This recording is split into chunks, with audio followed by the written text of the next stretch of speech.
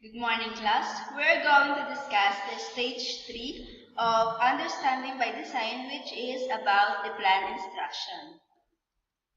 This stage follows the following steps: the explore, firm up, deepen, and the last one is the apply or transfer.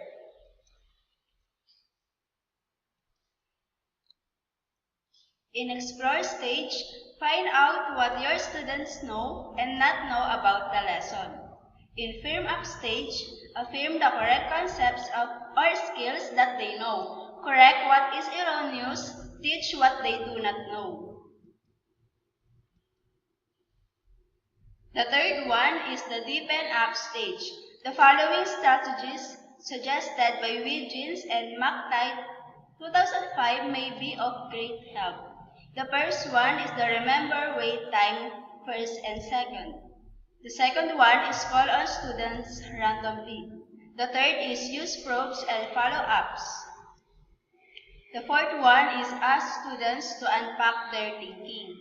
Periodically ask for summaries.